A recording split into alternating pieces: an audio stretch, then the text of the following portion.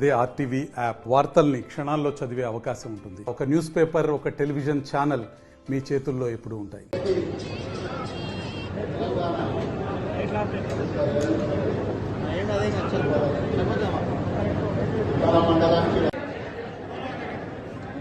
దీనికి గౌరవ మంత్రి గారి రెవెన్యూ మంత్రి గారు భూ సమస్య పరిష్కార ఉత్తర్వులు ప్రత్యేకమైన రివ్యూ పెట్టి ముఖ్యంగా కానపూర్ కావచ్చు, మన హైదరాబాద్ జిల్లా కావచ్చు, బోర్డుకు సంబంధించి తీవ్రమైన సమస్య ఉంది.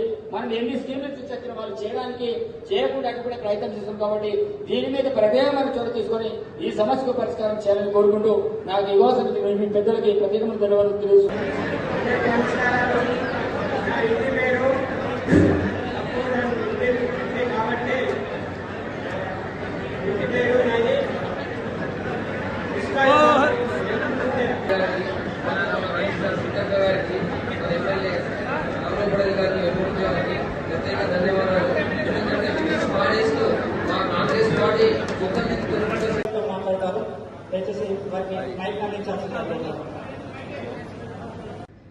గౌరవ అధికారులకు కూడా చెప్తున్నాను, ఏ ప్రజలను కూడా భూములున్న ఆసాములని, భూముల్ని కలిగి ఉన్న ప్రతి పేదవాడికి పూర్తి భద్రత ఈ చట్టం ద్వారా కలిగించాల్సిన బాధ్యత మీది.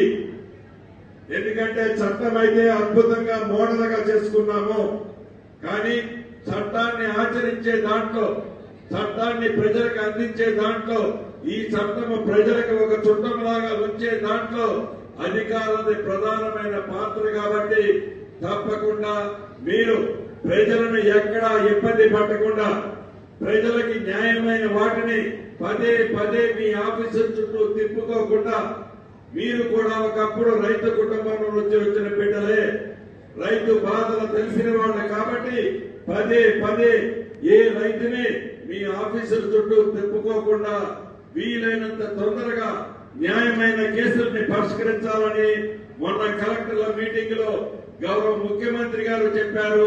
అనేక వేదికల మీద మా సహచర మంత్రులు చెప్తున్నారు. మళ్లీ నేను అదే చెప్తున్నాను, చిన్న పొరపాటు కూడా జరగకూడదు. ఎక్కడైనా జరిగింది అంటే ప్రజల పక్షాన ఈ ప్రభుత్వం ఉంటుంది. అధికారుల మీద, తప్పు చేసిన వాళ్ళ మీద శిక్ష కూడా ఉంటుంది. ఈ చట్టం భవిష్యత్తులో దేశానికి ఒక రోల్ మోడల్ గా, ఒక రెవెన్యూ చట్టం ఏ రాష్ట్రమైనా చేయాలి అనుకుంటే అది తెలంగాణ రాష్ట్ర చట్టం భూభారతి అద్భుతంగా ఉందరా అనే విధంగా అటువంటి చట్టాన్ని గౌరవ సహచర మంత్రులందరూ, సెక్రటరీ గారు, అదే రకంగా భూమి సునీల్ గారు, కోదండరెడ్డి గారు, అనేక మంది మేధావులు వారు సూచనలతో ఇదంతా కష్టపడి చేసినందుకు మరొకసారి ఈ మారుమూల ప్రజల పక్షాన కూడా అధికారులకి మనస్ఫూర్తిగా కృతజ్ఞతలు తెలియజేస్తూ, ఇక ఇందిరమ్మ ఇల్లు ఇందాక మా అక్క చెప్పింది, రామారావు పండాలని అడిగారు, ఇంకా ఎక్స్ఎమ్మెల్యే గారు అడుగుతున్నారు. ఈ ప్రభుత్వానికి ఒక చిత్తశుద్ధి ఉంది. ఈ రోజు మీకు ఇచ్చే ఇల్లు ఏవైతే మొదట విడత ఇచ్చేది 3,500 ఇల్లు, ఈ 3,500 ఇల్లు ఇచ్చి తూర్చని ప్రభుత్వం కాదు. ఇంకా 4 విడతలు ఇస్తాము. రాబోయే ఈ 4 సంవత్సరాలలో 20 లక్షల ఇళ్లు కట్టాలన్నదే మన ప్రభుత్వం యొక్క చిత్తశుద్ధి. కాబట్టి మొదట విడత పేదవాళ్లలో బహుపేదవాళ్లు కట్టుకోండి. విడతల వారీగా ఎంత మందికి ఎన్ని కావాలన్నా గిరిజన ప్రాంతమైన ఈ ప్రాంతంలో ఇచ్చే దాంట్లో ఈ ప్రభుత్వం ఎదగంట వేయదని మనస్ఫూర్తిగా గౌరవ శాసనసభ్యులకి, ప్రజలకి కూడా తెలియజేసుకుంటూ, స్థానిక సమస్యలు కొన్ని అడిగారు. అందులో ఎంఆర్ఓ ఆఫీసులు కావాలి, కూలిపోతాయి అని చెప్పారు. తప్పకుండా ఆ లిస్టు గతంలో ఎమ్మెల్యే గారు ఇచ్చారు, ఇప్పుడు ఎక్స్ఎమ్మెల్యే గారు ఇచ్చారు. అది నిర్మల కానీ, ఇక్కడ కానీ రాష్ట్రంలో అనేక ప్రాంతాలలో ఆనాటి ప్రభుత్వం ఆఫీసులు అయితే ఓపెన్ చేసుకుంటా పోయింది, వాటికి శుద్ధమైన ఆఫీసులు లేవు. అటువంటి ఆఫీసులన్నీ మన ప్రభుత్వంలో కట్టించుకోవాలని ఒక ప్రణాళిక ఆల్రెడీ సిద్ధం చేసుకున్నాం. భవిష్యత్తులో వాటిని కూడా ఏర్పాటు చేసుకుంటాం.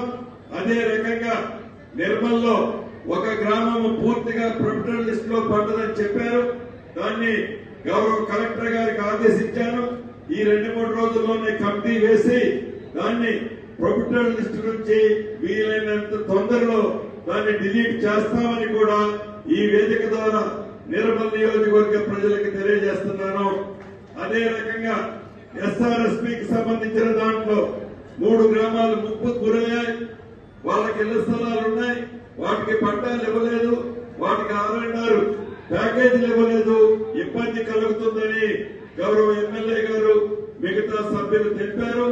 మొదటి విడతలో అర్హులైన వాళ్ళు ఆర్ఎన్ఆర్ ప్యాకేజీలో ఎవరైతే ఉన్నారో ఇళ్ల స్థలాలకి ప్రపోజల్ పంపించాలని గౌరవ కలెక్టర్ గారిని ఈ వేదిక మీద నుంచి ఆదేశిస్తూ రాష్ట్ర ఆర్థిక పరిస్థితి గురించి నేను ప్రత్యేకంగా చెప్పనవసరం లేదు.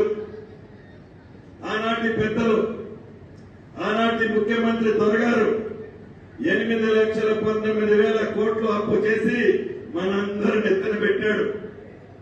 ప్రతి రూపాయి ఈనాడు పేదవాడి ఉపయోగం కోసం, పేదవాడి కష్టాలు తీర్చడం కోసం, పేదవాడికి భరోసా ఇవ్వడం కోసం మన ప్రభుత్వం ఉన్న ఆస్తిలోనే వచ్చే రాబడిలోనే చిత్తశుద్ధితో అది కేటాయించడం జరుగుతుంది. ఆర్ఎన్ఆర్ లాంటి అంశాలు ఏవైతే ఉన్నాయో రాబోయే రోజుల్లో ఈ ప్రభుత్వం డబ్బులుంటే దాచుకునే ప్రభుత్వం కాదు, దోచుకునే ప్రభుత్వం మరింత కాదు, పేదవాడి కన్నీరు చూచే ప్రభుత్వము. భవిష్యత్తులో మీ ఆర్ఎన్ఆర్కి సంబంధించిన విషయాలు కానీ ఆర్థిక పరమైన విషయాలన్నింటినీ కొద్దిగా ఆర్థికంగా నిలదొక్కున్న తర్వాత వాటన్నిటినీ ఈ ప్రభుత్వం పాజిటివ్ గా పరిష్కరిస్తుంది అని మరొక్కసారి మీ అందరికీ తెలుపుతూ, మండు టెండర్ సైతం లెక్క చేయకుండా ఇక్కడికి విచ్చేసిన నా ఆడబిడ్డలకి, అన్నదమ్ములకి, ప్రింట్ అండ్ ఎలక్ట్రానిక్ మీడియా మిత్రులకి, వేదిక మీద ఉన్న మిగతా పెద్దలందరికీ, గౌరవ ఎస్పీ గారు వారి మిత్రులకి, ఇంకా రెవెన్యూ శాఖకి మరొక్కసారి పేరు పేరిన అభినందనలు, కృతజ్ఞతలు